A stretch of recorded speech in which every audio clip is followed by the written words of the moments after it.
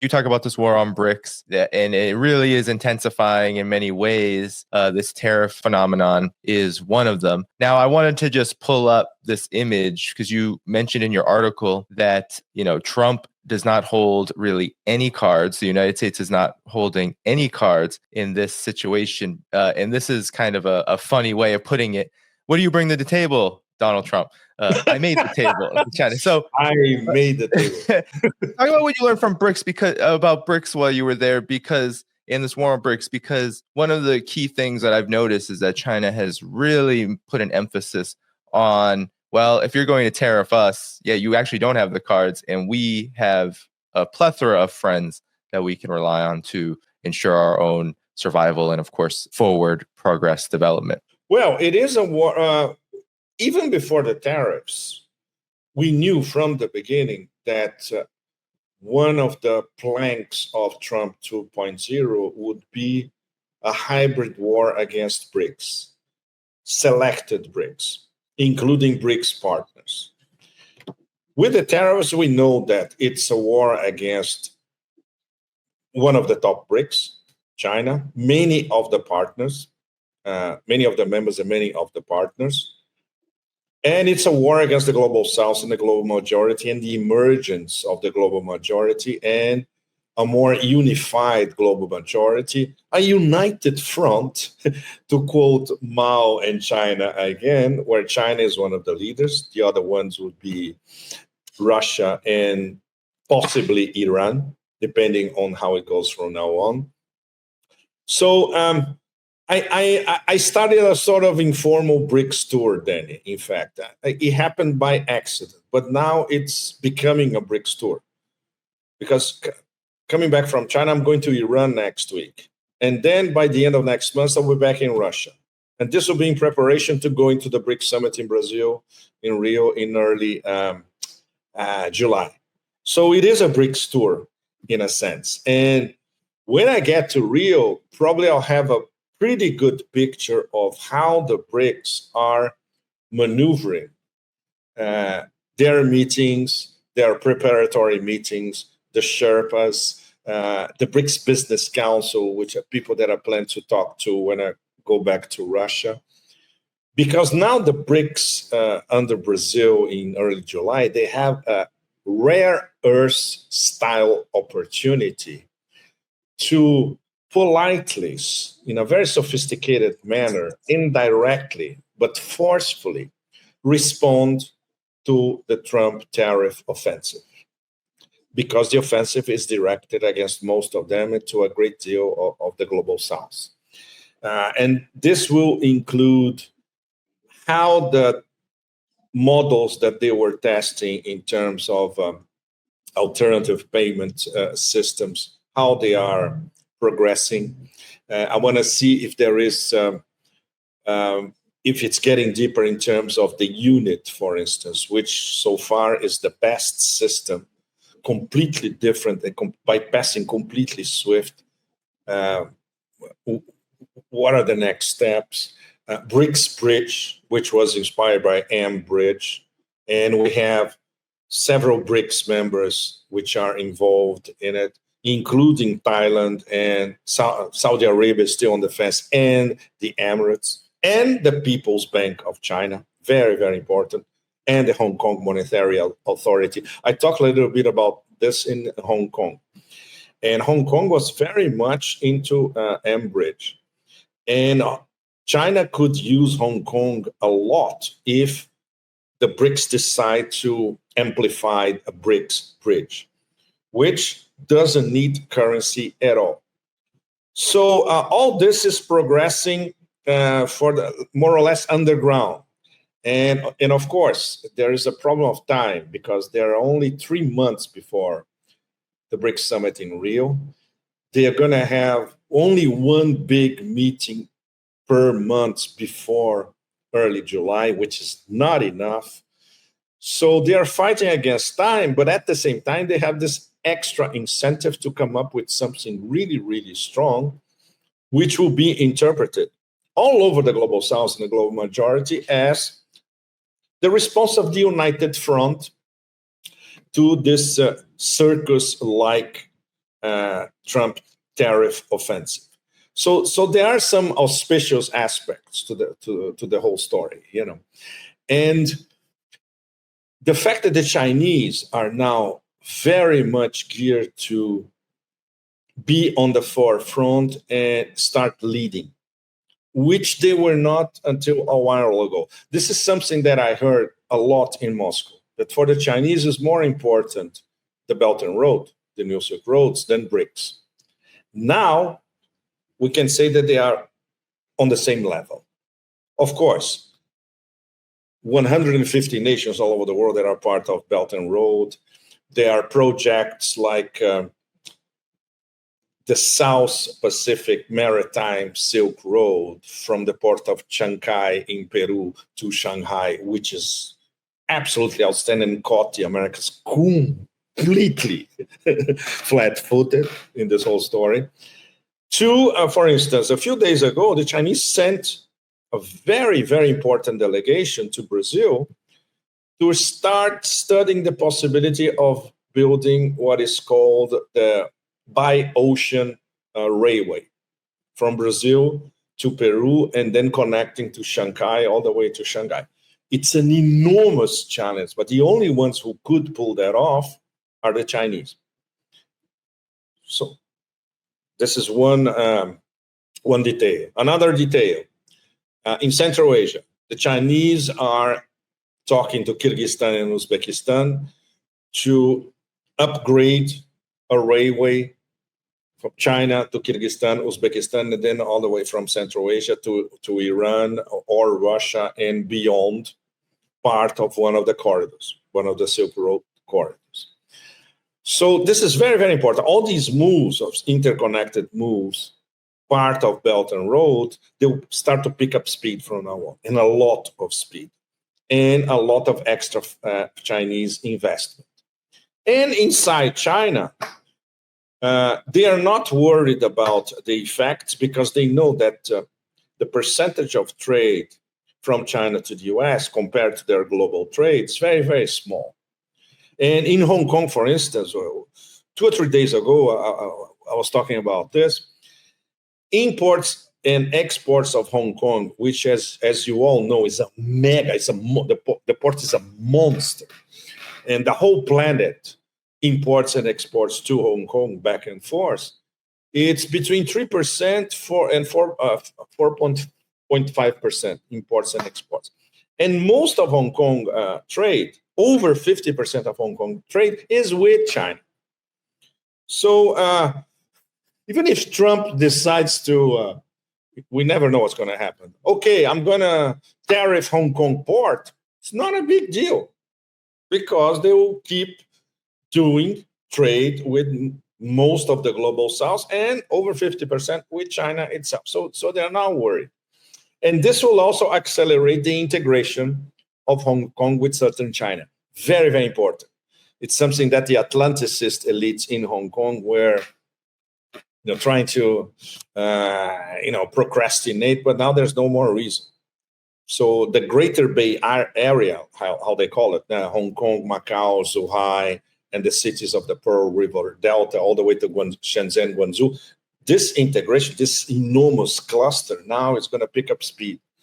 So they are not worried about the short and midterm. And when we look at the high-tech sectors, and then we get to the Made in China 2025 territory, where they are already number one in 7 of these fields, and soon in the 8th, and for the next 2 or 3 years, they will be the top on all 10, which was the original plan when they conceived it in 2015.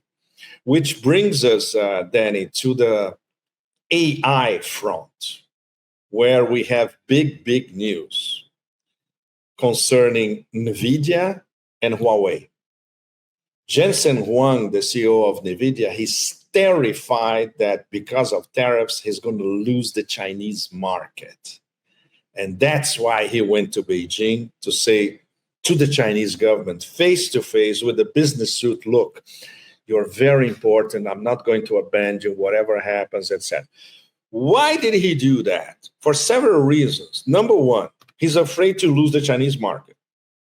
Number two, he knows that Huawei is going to take over completely the Chinese market, and NVIDIA will be history in China and in, let's say, in the China sphere of influence, let's put it this way, across Asia. And now the Kirin, how Huawei's Kirin chip is catching up with NVIDIA very, very fast. This is something I would like to talk about in my next and final column about China, with some details from experts, So this is starting to change the AI front, which is the key technological front from an American and Silicon Valley point of view. So when you put this all together, let's say the horizon for China at different levels is not problematic at all, and they are confident. And this was the most important element, Danny, the feeling of self-confidence reflected in the way they act, the way they talk, the way they look at the future, the way they look at China's relations with the rest of the global South, etc. Resilience, a feeling of resistance. Now we are at the vanguard of resistance against this empire out of control. So when you compare this to China in these past few decades, it's a completely different mindset. It's extremely impressive. You start feeling it. And then when conversations develop, you start listening from your interlocutors, directly. Extremely, I was immensely impressed with that. And the fact that they are proud of themselves, proud of what they've done, proud of what they accomplished. And they are not antagonistic. They are not revengeful. They don't want to do anything rash vis-a-vis the US. They just want to be treated fairly, and they are open for a diplomatic negotiation. This is the key word, diplomatic. Yeah, and finally, I feel like there was just a flurry of developments too that kind of represent this. You had a recent Ipsos poll that shows 49% of people throughout 29 countries, 22,000 adults, say that they believe China will have a positive impact on the world more than the United States.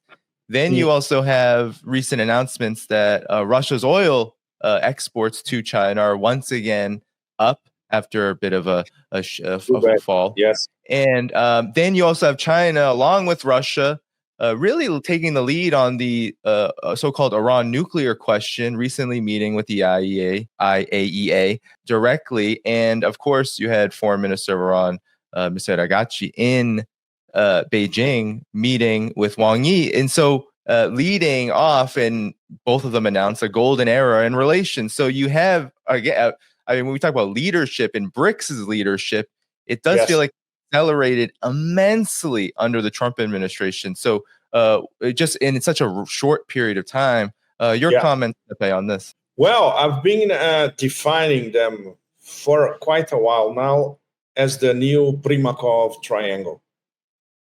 I'm sure many of you remember the original Primakov triangle when Yevgeny Primakov, the late Russian foreign minister, absolutely brilliant, who, by the way, started as a journalist, as a task correspondent in the Middle East in the good old days, meeting Nasser, Saddam Hussein, you name it. Primakov, in the late 90s, he conceptualized Russia, India, and China as the future of relations across Eurasia. He was ahead of everybody else. Now we can say, over 25 years later, we can say that the new Primakov triangle is Russia, Iran, and China, because of their interlocking strategic partnerships. Three BRICS, three very active BRICS, unlike India, which is not a very active BRICS member. And now on top of it, we have India, Pakistan, which is an enormously fishy story. Very, very fishy, which is something that could be solved inside the Shanghai Cooperation Organization, where they're both members. And Russia and China are certainly talking. Can we get these two together so they solve this thing, which is obviously provoked by outside actors. Divide and rule once again, India against Pakistan. And Iran, by the way, already offered their services. Iran is also a member of the SCO. And Arakshi already said, look, we have friendly ties with both India and Pakistan. We can be mediators. They can sit at the table and we'll sit them at the table and we'll be the mediators. Right. But the most important thing is that the new Primakov triangle, in many aspects, because Trump is at war at different levels with the three of them, even if he's trying to solve the war that the US initiated, by the way, the proxy war against Russia in Ukraine. But of course, the Trump way, which is a sort of Tony Soprano-like, let's grab a pizza and do a deal kind of solving the war. The tariff war against China. And of course, once again, the threats of bombing Iran if Iran doesn't follow his JCPOA 2.0.